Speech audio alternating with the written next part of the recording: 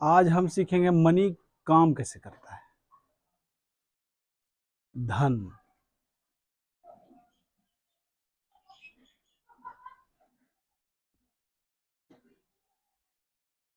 हमारे पास धन हो जाता है तो क्या हम धनवान हो जाते हैं? हम धनवान तभी बन सकते हैं जब इससे मिलने वाला ब्याज और उसके ब्याज के ब्याज से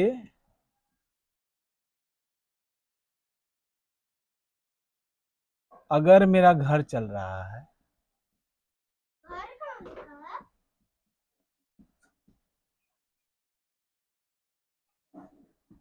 तो हम धनवान हैं।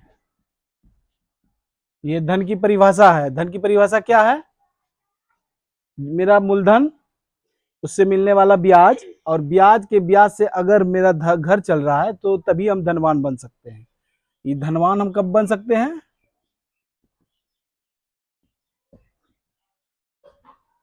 मूलधन पे ब्याज मिलना चाहिए और उस ब्याज के ब्याज से मेरा अगर घर चल रहा है तभी हम धनवान हो सकते हैं। और इससे ज्यादा संपत्ति की हमें आवश्यकता नहीं है कि बहुत सारी संपत्ति इकट्ठा करने में दौड़ में शामिल हो गए और हम बहुत सारा धन कमा लिए तो हम धनवान हो गया। ऐसा कुछ नहीं है। बस मूलधन के से मिलने वाला ब्याज और उससे मिलने वाला ब्याज से जो मेरा घर चल रहा है तो हम धनवान है। यानी कि हमारा पोता अगर हमको कमा के दे रहा है और हमारा घर चल रहा है तो समझिए हम धनवान बन गए। इसके लिए ये नहीं कि हमको 1000 करोड़, 10,000 करोड़, 50,000 करोड़ रुपया हो जाएगा तभी हम धनवान होंगे, ऐसा कुछ नहीं है। तो ये धन जो है, धन होता क्या है, इस कॉन्सेप्ट को समझना होगा। धन है क्या? धन एक टूल है जो हमारे जीवन को आसान बनाता है। हमें कितना धन चाहिए और धन को हम कैसे मैनेज करेंगे, अगर ये हम सीख गए तो सारी समस्या का समाधान हो जाएगा। हम लोग कमाते हैं जितना, उससे ज़्यादा हम लोग का खर्च होता है। इंडिया में सभी लोग का क्या सिस्टम है कि अगर 50,000 रुपये कमाई करता है तो 60,000 रुपये खर्च करने का कैपेसिटी रखता है। वो 10,000 रुपये हमेशा कर्ज में ही रहता है। अगर मनुष्य जितना कमाता है उसका 50% ही अगर खर्च करे तो वो बहुत जल्द धनवान बन सकता है, बशर्ते उस धन को उनको मैनेज करना आना चाहिए। उसको निवेश कहीं ना कहीं करना होगा तभी होगा। ऐसे कभी भी धनवान नहीं हो सकता, चाहे कितनों आप रुपया कमा लीजिए। जब भी किसी व्यक्ति का सैलरी अगर 1 लाख रुपया होता है, 1 लाख रुपया, 1 लाख रुपया हो जाता है, फिर भी वो कुछ दिन बाद जो है ना उसे परेशानी रहती है कि भाई पूरा नहीं हो पाता है। क्योंकि जैसे ही उसकी सैलरी बढ़ती है वो अपना एक्सपेंस, अपने खर्चे को बढ़ा लेता है। वो एसेट खरीद रहा है कि लायबिलिटी खरीद रहा है, इस उधेड़ बुन में वो रह जाता है। और कैसे पैसे को मैनेज करना है, ये धर्म का प्रबंधन जो है, कैसे क्या करना है, कितना पैसा निवेश करना है, कितना पैसा खर्च करना है, कितना पैसा दान देना है, कितना पैसा बचाना है, ये उसे पता ही नहीं है। इसी वजह से सारा कंफ्यूजन क्रिएट होता है। इसलिए मनुष्य को चाहिए क्या, धन को कैसे मैनेज करना है ये सीखना होगा। धन का प्रबंधन, धन का प्रबंधन आपको सीखना पड़ेगा। और धन को कैसे मैनेज करेंगे उसी के आधार पे हम जो है यानी कि अपना लाइफ आराम से जी सकते हैं। अब धन में कितना % बचत करना है, कितना % निवेश करना है, ये अभी आगे के वीडियो में आपको पता चलेगा। आप ये पूरा वीडियो जरूर देखें ताकि आपकी समस्या का समाधान ये सारा, ये नहीं कि ये वीडियो आपको दे देगा। हमने अभी तक जाना कि 50% पैसे को घर खर्च के लिए रखना है, 10% निवेश करना है, 10% बचत करना है, 10% शिक्षा के लिए रखना है, 10% खेलकूद के लिए रखना है, 10% दान के लिए रखना है। अगर हम सिस्टम से इस नियम को फॉलो करते हैं तो हम बहुत ही जल्द धनवान बन सकते हैं और टेंशन फ्री लाइफ जी सकते हैं। अब यहाँ पे ये समझ में आदमी को नहीं आता है कि हम निवेश क्या करें और कहाँ करें। इसी कंफ्यूजन में आदमी जो है ना गलत निर्णय लेता है और अपने धन को जो है यानी कि सही तरीके से ग्रो नहीं होने देता है और समय को नहीं समझ पाता है, कंपाउंडिंग को नहीं समझ पाता है। ये कंपाउंडिंग क्या होता है ये अभी कुछ समय बाद आपको पता चलेगा। हमारे पुराने वीडियो में भी आपको इसके बारे में जानकारी प्राप्त होगी। तो अब जो है एक आदमी को जैसे अगर धन आ गया तो वो निवेश कहाँ करे, उसका सिस्टेमिक ढंग से अगर पोर्टफोलियो बनाया जाता है तो वो धन सही तरीके से निवेश करके धनवान बन सकता है। उसका पोर्टफोलियो इस प्रकार है 20% गोल्ड में खर्च करना है, ठीक है, 20% गोल्ड में और फिर 20% प्रॉपर्टी में। कितना करना है? 20% गोल्ड में, 20% प्रॉपर्टी में और 40% लिक्विडिटी फंड यानी स्टॉक्स में।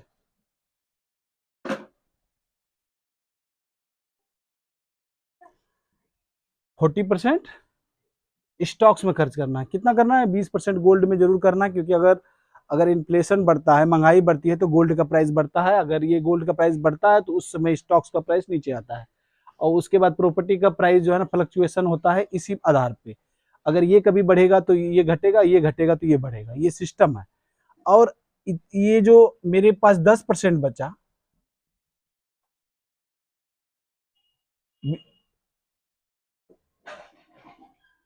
10% हमेशा कैश रखना है अपने पास, 10% एफडी में डालना है, यानी कि 20% प्रॉपर्टी में इन्वेस्ट करना है, 20% गोल्ड में करना है, 40% आपको स्टॉक्स लिक्विडिटी फंड में, जिसको जब चाहे आप उसको बेच सकते हैं और 2-3 दिन के अंदर आपके पैसा अकाउंट पे आ सकता हो, ताकि किसी भी परिस्थिति में हमें परेशानी का सामना ना करना पड़े। और 10% कैश हमेशा इसलिए रखना है, कभी भी कोई भी आपदा आ सकती है, इसीलिए हमें ये हमेशा ध्यान रखना होगा कि सारा पैसा आपको जो है यानी या तो इन्वेस्ट नहीं कर देना है, इसको कैश के रूप में रखना पड़ेगा। ये कैश ही किंग है। अगर हम 20 साल के हैं, अगर हम 20 साल के हैं तो क्या करना होगा? तो हम 60% स्टॉक्स में डालेंगे, 60% स्टॉक में डालेंगे, क्योंकि उस समय हम ज्यादा रिस्क ले सकते हैं। जिस प्रकार आपकी उम्र बढ़ती है उसी प्रकार आपको इसको जो है ना डाइवर्सिफिकेशन को कम या बेस ज्यादा करना पड़ेगा। इसीलिए 60% स्टॉक्स में डालते हैं, क्योंकि स्टॉक्स ही एक ऐसा माध्यम है जो प्रॉपर्टी से भी ज्यादा रिटर्न देता है, गोल्ड से भी ज्यादा देता है और एफडी से भी ज्यादा देता है। कैश तो हमारा इमरजेंसी फंड है। अगर कैश होगा, अगर किसी कारण बस हमको अपॉर्चुनिटी मिलती है कि स्टॉक्स प्राइस गिर गया और वो बहुत ही अच्छी कंपनी है, तो अगर मेरे पास कैश रहेगा तभी तो हम उसको खरीद सकते हैं, अगर कैश नहीं रहेगा तो हम उसको नहीं खरीद सकते हैं। और एफडी में इसलिए जरूरी है कि सिक्योरिटी, आदमी को सिक्योर्ड महसूस करता है कि हाँ भाई मेरे पास कम से कम, अब मान लीजिए कुछ समय तक स्टॉक्स नहीं चलता है, प्रॉपर्टी तुरंत लिक्विड नहीं है कि तुरंत हम बेच सकते हैं। और गोल्ड में भी, यानी कि अगर आप सोवरेन गोल्ड नहीं लेते हैं, अब डिजिटल गोल्ड आपके पास नहीं है, अगर फिजिकल गोल्ड है तो उसमें बहुत सारा चार्ज लगता है, मेकिंग चार्ज लगता है, जिसके कारण ऐसे ही ये लॉस का सौदा होता है। तो उस स्थिति में इसको ये लॉन्ग टर्म में बहुत बेहतर रिटर्न देता है। ये 8% से आज तक का रिकॉर्ड है कि 8% से ये ग्रो करती है। प्रॉपर्टी 15%, 10 से 15% तक ग्रो करती है, ये 15 से 20% तक, एफडी 6 से 8% तक। अब हमें ये डिसाइड करना है कि हमें पैसा कहाँ निवेश करना है। लेकिन अगर हम सब चीज में थोड़ा थोड़ा निवेश करते हैं सिस्टम से, तो क्या होगा कि हम उसको हैज कर लेंगे, यानी कि हम उसको कमांड्स में ले सकते हैं। ऐसा नहीं कि हम कोई, यानी कि हम किसी कारण स्टॉक मार्केट डूब गया या गोल्ड का प्राइस गिर गया या तो रुपये का प्राइस गिर गया या तो प्रॉपर्टी का प्राइस गिर गया तो हमें शर्मिंदा ना होना पड़े, क्योंकि अगर ये गिरेगा तो ये बढ़ेगा, ये बढ़ेगा तो ये गिरेगा। ये सिस्टम है, इसलिए उसको सही तरीके से मैनेज करना हमको आना चाहिए कि कैसे हम उसको मैनेज करेंगे। और आपने पहले सीखा है कि कितना परसेंट किस में निवेश करना है, उस माध्यम से जो है ना आप अगर निवेश करते हैं, निवेश के पैसे को आप इस माध्यम से आप उसको डाइवर्सिफिकेशन करके आप पैसे को बहुत तेजी से बढ़ा सकते हैं और पैसा ज्यादा सुरक्षित भी रहेगा। ये नहीं कि टोटल पैसा हम जो है स्टॉक्स खरीद लिए और किसी कारणवश कुछ साल के लिए भाई स्टॉक मार्केट यानी कि नीचे चला गया, तो उसको बढ़ने में टाइम लगेगा, वो बढ़ के ही आपको पैसा मिलेगा, लेकिन कुछ समय के लिए वो चला गया तो वो आपको दिक्कत दे सकता है, आपके मन में भ्रांति पैदा कर सकता है कि स्टॉक मार्केट खराब है या प्रॉपर्टी खरीदना खराब है या कोई भी चीज खराब है। इसीलिए ये भ्रांति में ना रहिए, इसीलिए आदमी को डाइवर्सिफिकेशन किया जाता है। और स्टॉक मार्केट में स्टॉक्स भी खरीदना है तो अलग अलग विभाग का 10 से 15 स्टॉक्स में ही निवेश करना चाहिए।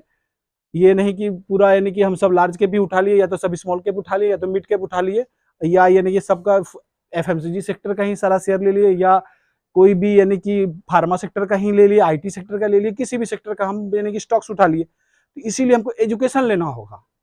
वो एजुकेशन हमारे शिक्षा के माध्यम से आपको प्राप्त होगा। आप हमारे बुक्स को पढ़िए और हमारे यानी कि वीडियोस को देखते रहिए। आपको इस यानी कि पूरा का पूरा कंटेंट आपको यहाँ पे उपलब्ध होगा। अब यहाँ पे ये होता है, क्या बोलना था मैं, इस प्रकार आप अपने पैसे को डाइवर्सिफिकेशन करके निवेश के पैसे को सही जगह आप इस्तेमाल कर सकते हैं। अब दूसरा आपके पास आता है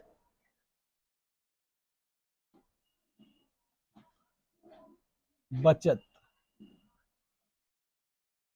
अगर बचत का पैसा अगर मेरा बहुत ज्यादा बढ़ रहा है, तो उस पैसे को अगर हमको 6 महीने का पैसा जो है ना साइड में रखना है, जो कभी भी इमरजेंसी फंड उसको बोला जाता है, उसके बाद अगर कोई पैसा हमारे पास आता है, या मान लीजिए कहीं फैमिली मेंबर से कोई प्रॉपर्टी बिका है या कुछ भी आता है, तो उसको हमको कैश के रूप में रखना है। और जब भी अपॉर्चुनिटी मिले स्टॉक मार्केट में या प्रॉपर्टी में या किसी में सबसे अधिक स्टॉक मार्केट बढ़ता है, तो उस समय आप उस पैसे को जो है ना इसी प्रकार कितना पैसा किस में डालना उस हिसाब से डाइवर्सिफिकेशन कर सकते हैं। कहीं से भी कभी कभी ऐसा होता है कि बहुत से आदमी को प्रॉपर्टी मिल जाता है फैमिली से, जिसके कारण बहुत सारा पैसा आता है, उसको ये समझ नहीं आता, या रिटायरमेंट को लेता है, उसको समझ में नहीं आता कि हम पैसा क्या करें, और वो गलत निर्णय लेता है, एक घर खरीद लेता है और जमीन खरीद के घर बना लेता है और उसमें रहना चालू कर देता है, तो उसका लायबिलिटी में गिनती आ जाता है, तो वो उसका गलत निर्णय होता है और सारा पैसा खत्म होने के बाद वो गरीब का गरीब ही रह जाता है। जब आपका रिटायरमेंट हो या किसी व्यक्ति का, तो उसको पैसे को सही तरीके से इस तरह से मैनेज करके प्रॉपर्टी में कुछ डालना है, कुछ गोल्ड में डालना है, और कुछ लिक्विडिटी फंड में डालना है, स्टॉक्स में डाल सकते हैं, कुछ एफडी में डालना है। ये नहीं कि सारा का सारा पैसा एफडी में डाल दिए और एफडी उतना ही बढ़ता है जितना महंगाई बढ़ती है, तो ये आपका पैसा बढ़ नहीं रहा है, ये घट रहा है, क्योंकि एफडी जो है ना उतना ही देती है। आप ये मूर्ख मत समझिए सरकार को, सरकार भी स्टॉक्स में यानी कि निवेश करती है, म्यूचुअल फंड निवेश करती है, एलआईसी निवेश करती है, सब स्टॉक्स में ही करती है। स्टॉक्स में इसलिए करती है कि इस देश को ग्रो करने के लिए कंपनी में निवेश करना ही होगा। कंपनी में माल बिकेगा तभी ये ग्रो होगा, आदमी कंज्यूम करेगा तभी ग्रो होगा। इसीलिए आदमी को पूरा ज्ञान नहीं होने की वजह से स्टॉक मार्केट को थोड़ा सा खराब, यानी कि उसका न्यूज के कारण, यानी कि जिसके कारण उसको जो है ना कि आदमी खराब समझता है। ये बहुत ही बेहतर बिजनेस है। आप समझिए स्टॉक्स खरीदने का मतलब है कि आप बिजनेस कर रहे हैं। कोई भी कंपनी का शेयर खरीदने का मतलब उसमें आप अपना एक अधिकार प्राप्त कर रहे हैं, उस कंपनी पे हिस्सेदारी ले रहे हैं। तो आपको ये डिसाइड करना है कि स्टॉक हमें खरीदना चाहिए या नहीं खरीदना चाहिए। पुरानी भ्रांतियों को दूर कीजिए। अमेरिका में 80% लोग स्टॉक्स में निवेश करते हैं और आज इंडिया में मात्र 20%, सॉरी 20 नहीं 4% आदमी ही इसमें निवेश करता है। तो आपको ये समझना है कि ये कितना ग्रोइंग अभी सेक्टर है। स्टॉक्स जो है ग्रोइंग पूरा सेक्टर है, इंडिया में कितना ग्रोथ है इसमें। इसलिए म्यूचुअल फंड सही है, बहुत सारा एडवर्टाइजिंग किया जाता है। स्टॉक्स का एडवर्टाइजिंग नहीं किया जाता है, म्यूचुअल फंड का इसलिए किया जाता है कि उसमें हम जो धन जो है हमको मैनेज करने नहीं आता है, तो हम किसी यानी कि फंड मैनेजर को अपॉइंटमेंट करते हैं, चाहे एक्सिस बैंक का हो, एसबीआई का हो, एचडीएफसी बैंक का हो, किसी बैंक का हो, उसको पैसा देते हैं और वो जो है अपने बिहाफ पे अपने हिसाब से यानी कि कौन कंपनी में कितना निवेश करना है वो सिस्टम बना के उसमें निवेश कर देता है। आपके पैसे को वो मैनेज करता है, यानी कि आपका बंदर वो ना चाह रहा है। अगर थोड़ा सा ज्ञान आप अगर प्राप्त कर लेते हैं स्टॉक मार्केट के बारे में, तो आप अपने पैसे को अपने से देख सकते हैं और जब चाहे उसको निकाल सकते हैं, जब चाहे उसको डाल सकते हैं, जब चाहे निकाल सकते हैं। अगर मान लीजिए बच्चे का साल भर बाद फीस जमा करना है, अभी से ही कुछ पैसा जोड़ रहे हैं, तो हम भाई स्टॉक्स उसका खरीद रहे हैं। जब बच्चे का यानी कि टाइम आ गया, उसे 1 महीना पहले हम अपना पोर्टफोलियो का जितना भी जरूरत है पैसे का उतना शेयर बेच लिए, उसके बाद बच्चे का फीस अदा कर दिए। अब जब चाहे इससे पैसा निकाल सकते हैं और डाल सकते हैं। म्यूचुअल फंड में क्या है कि कोई अलग अलग स्कीम चलता है कि भाई साल भर के पहले आप डालिएगा तो इतना % आपका कटेगा, या 1 साल के बाद निकालेगा तो आपका कम कटेगा। उसी प्रकार 3 साल का होता है ईएलएस स्कीम होता है जिसमें टैक्स में रिबेट मिलता है, वो सब अलग अलग है, वो आपको बाद में म्यूचुअल फंड के बारे में समझाया जाएगा। अभी आप ये समझिए कि अपने पैसे के निवेश के पैसे को और बचत के पैसे को कैसे मैनेज करना है। अगर बचत के पैसे में हमें बचत के पैसे में अगर 6 महीने का जितना मेरा सैलरी चाहे 1 लाख रुपया हो, तो 6 लाख रुपये से ज्यादा अगर पैसा मेरे पास हो जाता है, तो उस पैसे एक्स्ट्रा पैसे को हमको निवेश के खाते में डालना है और निवेश करना है। निवेश किस प्रकार से करना है, अगर मेरा एज 20 साल से 25 साल है तो हम 60% स्टॉक्स खरीद सकते हैं। अगर 30 से 40 है तो हम 40% उसमें स्टॉक्स खरीद सकते हैं। 20% प्रॉपर्टी में डाल सकते हैं, 20% गोल्ड में डाल सकते हैं, 10% कैश तो रहना ही चाहिए और 10% एफडी में डाल सकते हैं। यही यानी कि परफेक्ट पोर्टफोलियो है। इसमें अपना स्थिति और समय के अनुसार आप फेरबदल कर सकते हैं। आपकी यानी कि एबिलिटी पे डिपेंड करता है, आपका सोच पे डिपेंड करता है, सब कुछ आप पे डिपेंड करता है। तो आपको ये समझना है कि निवेश के माध्यम से ही हम पैसे को, मान लीजिए हमको मिला पैसा तो हम कैसे मैनेज करेंगे। बहुत सा आदमी को ये समझ नहीं आता, रिटायरमेंट का पैसा मिलता है और घर बना लेता है और उसके बाद वो परेशानी क्रिएट हो जाता है, गरीब का गरीब ही हो जाता है। वो 30-40 लाख मिलने के बाद भी वहीं का वहीं होता है, 1 करोड़ मिलने के बाद भी वहीं का वहीं रहता है, क्योंकि उसको पैसा मैनेज करना नहीं आता। इसलिए आजकल के युवा पीढ़ी को 10 साल से ही फाइनेंशियल नॉलेज लेना होगा। वो नॉलेज अगर ले लिया जाए तो उसको ये पता होगा कि हमको पैसे का क्या करना है, कैसे यूज करना है। कोई परेशानी ही फिर नहीं होगा लाइफ में। वो टेंशन फ्री लाइफ आराम से जी सकता है लाइफ में। अब आपको ये डिसाइड करना है कि हमको करना क्या है। अब हम सिर्फ आपको बता सकते हैं। अब यही है कि आप अगर स्टॉक्स मार्केट में निवेश करना चाहते हैं तो पहले ज्ञान प्राप्त कीजिए। वो ज्ञान हमारे डीसी लाइफ एजुकेशन सिस्टम में उपलब्ध है। आप हमारे मोबाइल नंबर पे, हमारे कंपनी के मोबाइल नंबर पे आप संपर्क कर सकते हैं। वो स्क्रीन पे आपको दिखेगा। आप जो है यानी कि उस पर संपर्क करके आप उससे बात करके आप यानी कि इसमें एडमिशन करा सकते हैं और सीख सकते हैं।